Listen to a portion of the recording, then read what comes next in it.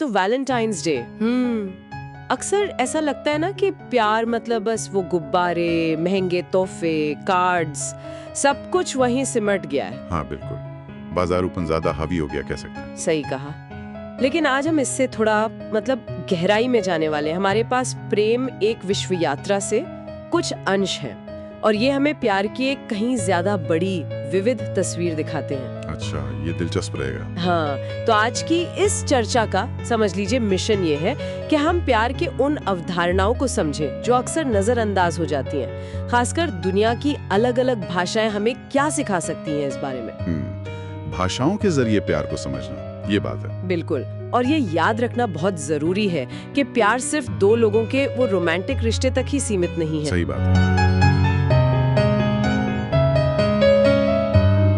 अक्सर यही सोच हावी रहती है। खास शब्द देती है जिन्हें हम शायद महसूस तो करते हैं पर नाम नहीं दे पाते। हाँ, ये होता है। पहला शब्द है गुइमी। GUIMI। ये चीनी भाषा का शब्द है। गुइमी, ठीक है। इसका मतलब है वो पक्के दोस्त होते हैं ना, उनके बीच का अटूट गहरा वाला प्यार। वो दोस्त जिसने आपको सबसे मुश्किल हालात में देखा है, जो शायद आपके लिए आधी रात को भी लड़ने को तैयार हो जाए। हाँ, समझ गया। वो 2 AM फ्रेंड वाला कॉन्सेप्ट, लेकिन उससे भी ज्यादा गहरा। बिल्कुल। सोचिए वो दोस्त जो जरूरत पड़ने पर आपके पुराने प्रेमी से भी बहस करने चला जाए बिना सोचे। ये है गुइमी, मतलब जबरदस्त, बिना किसी शर्त के, हमेशा वाला। और यहाँ देखिए, दिलचस्प बात यह है कि ये दोस्ती के प्यार की उस गहराई पर जोर देता है जिसे अक्सर हम शायद उतना महत्व नहीं देते, खासकर जब वैलेंटाइंस डे जैसे मौके आते हैं। हाँ, जहाँ सब कुछ रोमांटिक लव के इर्द गिर्द घूमता है। बिल्कुल। तो गुइमी दिखाता है कि दोस्ती का बंधन कितना शक्तिशाली और क्या कहते हैं, स्थायी हो सकता है। ये कोई कैजुअल चीज नहीं है। सही कहा, ये दोस्ती को एक अलग ही सम्मान देता है। अच्छा, इसी तरह अगला शब्द है कोकोरो। जापानी शब्द है ये, KOKORO। कोकरो। इसका मतलब सिर्फ दिल नहीं है, ये है दिल, दिमाग और आत्मा, सब एक साथ, एक इकाई के रूप में। दिल, दिमाग, आत्मा एक साथ, गहरा है ये तो। हाँ, और ये उस तरह के कनेक्शन की बात करता है जहाँ शायद मतलब शब्दों की जरूरत ही नहीं पड़ती, बस एक नजर, एक खामोशी, एक आपसी समझ जो किसी भाषा या व्याख्या से परे हो। अच्छा। इसमें आपको अपने प्यार का दिखावा करने की जरूरत नहीं है, बस आपको पता होता है अंदर से कि वो मौजूद है, गहराई से महसूस होता है। बिल्कुल। और ये जो गैर मौखिक गहरे संबंध है ना, ये उनके महत्व को दिखाता है। ये एक अलग ही तरह की अंतरंगता है जहां बस मौजूदगी, वो एहसास ही काफी है।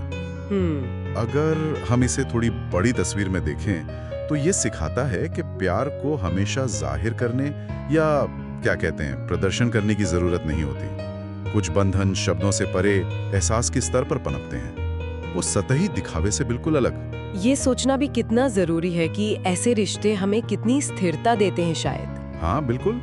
चलिए अगले शब्द पर चलते हैं।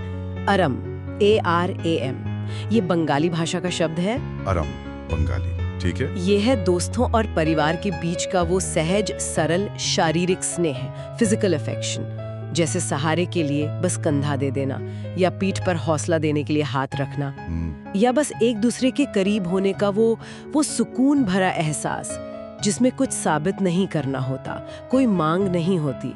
हाँ, और ये चीज, ये गैर रोमांटिक शारीरिक स्पर्श को कितना सामान्य और जरूरी बताती है। कई बार खासकर पश्चिमी संस्कृतियों में सारा ध्यान रोमांटिक स्पर्श पर होता है। हाँ, ये बात तो है। और दोस्ती या परिवार के बीच का ये सहज, सुकून देने वाला स्पर्श, ये अरम, कहीं ना कहीं नजरअंदाज हो जाता है, जबकि ये इंसानी जुड़ाव के लिए, वो सुरक्षा और अपनेपन के एहसास के लिए कितना जरूरी है। ये सच में एक बहुत जरूरी पहलू है जिसे हम शायद रोजमर्रा में भूल जाते हैं। बिल्कुल। और आखिर में एक बहुत ही गहरा शब्द, करुणा, KARUNA, संस्कृत से। करुणा, हाँ ये तो सुना है, कंपैशन। हाँ, पर ये सिर्फ दया या कंपैशन नहीं है, ये है करुणा में प्रेम, कंपैशनेट लव। अच्छा, इसमें क्या फर्क है? ये वो प्यार है जो किसी इंसान को उसकी सारी कमियों, सारी अजीब आदतों, सारी विलक्षणताओं और खूबियों के साथ देखता है और फिर भी उसे पूरी तरह से बिना शर्त प्यार करने का चुनाव करता है। वाह, ये तो प्रेम को एक अलग ही स्तर पर ले जाता है। मतलब ये क्षणिक जुनून या कोई केमिकल रिएक्शन नहीं है। नहीं, बिल्कुल नहीं। करुणा प्रेम को एक सचेत चुनाव की तरह दिखता है, एक नैतिक चुनाव। किसी दूसरे इंसान को उसकी पूरी सच्चाई में स्वीकार करना और उसके प्रति सहानुभूति रखना। हाँ, ये उस तरह के प्यार से बहुत बहुत अलग है जिसकी मार्केटिंग होती है वैलेंटाइंस डे पर। जाहिर है। ये दिखाता है कि बिना शर्त प्यार करना सिर्फ एक भावना नहीं है, बल्कि जीने का एक सक्रिय, यहाँ तक कि क्रांतिकारी तरीका हो सकता है। तो अगर हम इन सबको देखें, गुइमी, कोकोरो, आरम, करुणा, ये स्रोत हमें दिखाता है कि जब हम अपने जाने पहचाने दायरे से बाहर देखते हैं तो प्यार का एक कहीं ज्यादा बड़ा और समृद्ध नजारा सामने आता है। ये सिर्फ शब्द नहीं है, ये इंसानी जुड़ाव के अलग अलग अनूठे अनुभवों के प्रतीक हैं। और इस विविधता को समझने से मुझे लगता है प्यार के प्रति हमारी अपनी समझ भी गहरी होती है। निश्चित रूप से। और शायद यही सबसे बड़ी बात है आज की चर्चा की, कि प्रेम बहुत विशाल है, बहुआयामी है। इसे सिर्फ दिल के आकार के डब्बों या कुछ खास रोमांटिक इशारों तक सीमित नहीं किया जा सकता। बिल्कुल। उम्मीद है कि जो लोग सुन रहे हैं वो भी अपने जीवन में प्रेम के इन अलग अलग, शायद अनकहे रूपों पर थोड़ा गौर करेंगे। हाँ, सोचना चाहिए इस पर। और जाते जाते स्रोत के आधार पर सोचने के लिए एक सवाल छोड़ जाते हैं। अगर हमारी भाषा, जैसे हमने देखा, हमारे प्यार को समझने और अनुभव करने के तरीके को आकार देती है, तो ऐसी और कौन सी अवर्णनीय भावनाएं या गहरे संबंध हो सकते हैं जिन्हें हम सिर्फ इसलिए महसूस नहीं कर पा रहे या समझ नहीं पा रहे क्योंकि हमारे पास उनके लिए सही शब्द ही नहीं है।